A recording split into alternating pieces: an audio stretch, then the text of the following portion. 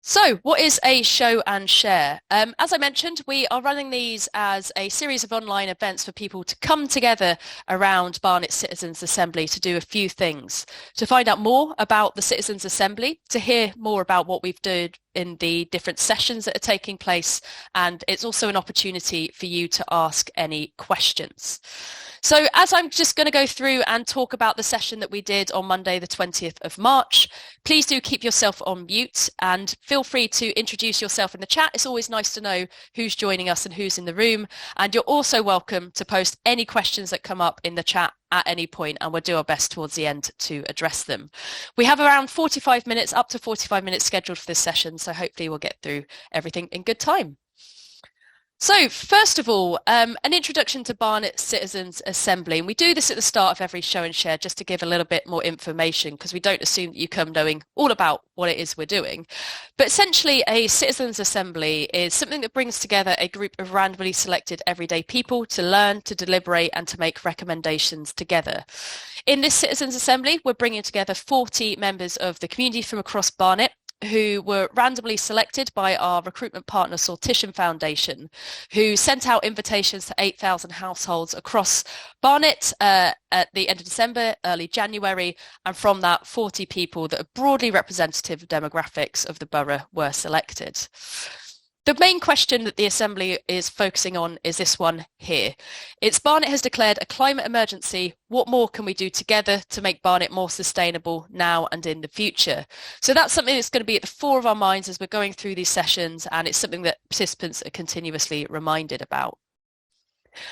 Connected to that, there are a series of themes, and I'll touch on them briefly.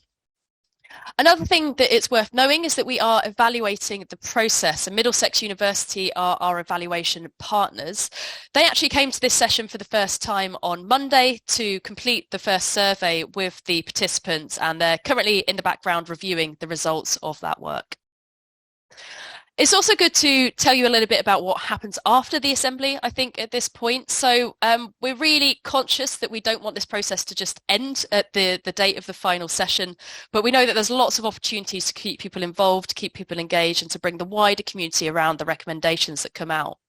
So there will be an opportunity for members to present their recommendations to elected representatives in late June 2023, and the participants in this process will be doing that alongside the Young People's Assembly, which is running parallel to this with 20 young people who are coming together around the same question, and we're going to co-publish their recommendations together. There's also going to be a community action planning day in mid-July to bring together different people from across the borough, including businesses and community groups, to plan how to deliver on the Assembly recommendations. Rightfully so, we'll be doing a celebration event for all members in this process and also the Young People's Assembly. And we're going to be developing opportunities for members to continue being involved in monitoring and what happens next. And along the way, throughout this process and beyond, there's going to be lots of opportunities to tell stories of both the experience but also the subject matter too. When we run the Assembly sessions, there's a bunch of different people that tend to be in the room. So of course the 40 members are there, front and centre, most important. But we do also have a locally trained facilitation team with support from TPX Impact as the lead facilitators. And we tend to have a series of invited contributors who are there really to support the learning journey that the members go on. And I'll tell you who was invited for this session in a moment. We're also running an observer programme, so there is the opportunity to apply to come along to observe the sessions. Our March ones have been oversubscribed, but we do have a few slots left for April and May, and at the end of this session I'll tell you how you can sign up to do that if you're interested in coming along to see how it works in person. We've also got some representation from the Council Sustainability team. They're there very much in the role as observers as well, unless they're there as invited contributors to give updates. And we are now being joined by researchers from Middlesex University who are there to do observation, but also to introduce any other form of data collection we're doing, such as the surveys with participants. Okay, that's a little bit about what the Assembly is doing, who tends to be in the room and that good stuff. I'm now going to tell you what it is that we did in the session on the 20th of May. So first of all, I think it's worth noting that we're well on